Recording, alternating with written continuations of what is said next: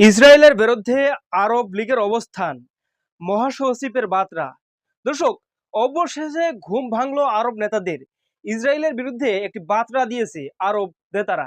দর্শক, কি বার্তা দিয়েছে আজকের এই নিউজে, সেই বিষয়ে আলোচনা করব। তো সম্পূর্ণ ভিডিওটি না টেনে না স্কিপ করে দেখুন।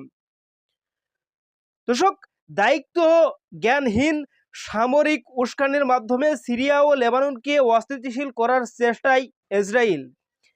আরব লীগের মহাসচিব আহমেদ আবুল হেইত শনিবার 5 এপ্রিল এ অভিযোগ করেছেন।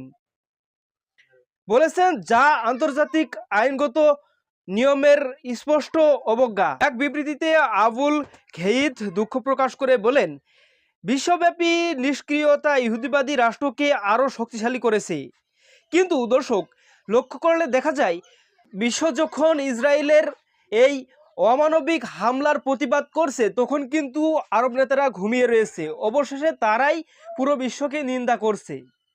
দর্শক, সৌদি প্রেস এজেন্সি কর্তৃক প্রকাশিত এক বিবৃতিতে বলা হয়েছে, অধিকৃত ফিলিস্তিনি অঞ্চল লেবানন এবং সিরিয়ায় ইসরায়েল কর্তৃক পরিচালিত যুদ্ধ সম্পূর্ণ বেপরোয়ার এক নতুন পর্যায়ে প্রবেশ করেছে।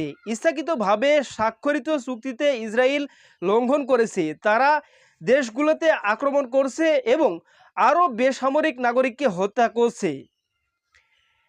তিনি আরও বলেন, ইসরায়েল পুনরায় হত্যার অভিযান গত বছরের শেষের দিকে লেবাননের সঙ্গে স্বাক্ষরিত চুক্তির একটি অগ্রহণযোগ্য এবং নিন্দনীয় লঙ্ঘন। দর্শক, তো বুঝতে পারছেন, অবশেষে কিন্তু আরব নেতাদের ঘুম ভেঙেছে। এখন দেখার পালা, শুধু কি বিবৃতি অথবা বার্তা দিয়েই তারা নিশ্চুপ করে যাবে, নাকি তাদের এই ঘুম একটি পরিবর্তন আনবে, ইসরায়েলকে কোনো হুমকির সম্মুখীন করাবে এবং এই গণহত্যার রুখে দিতে সামান্য পরিমাণে হলেও অবদান রাখবে। দর্শক, এই ছিল আজকের সর্বশেষ আপডেট নিউজ। সকল প্রকার আপডেট নিউজ সবার আগে পেতে আমাদের চ্যানেলটি সাবস্ক্রাইব করুন। আল্লাহ হাফেজ।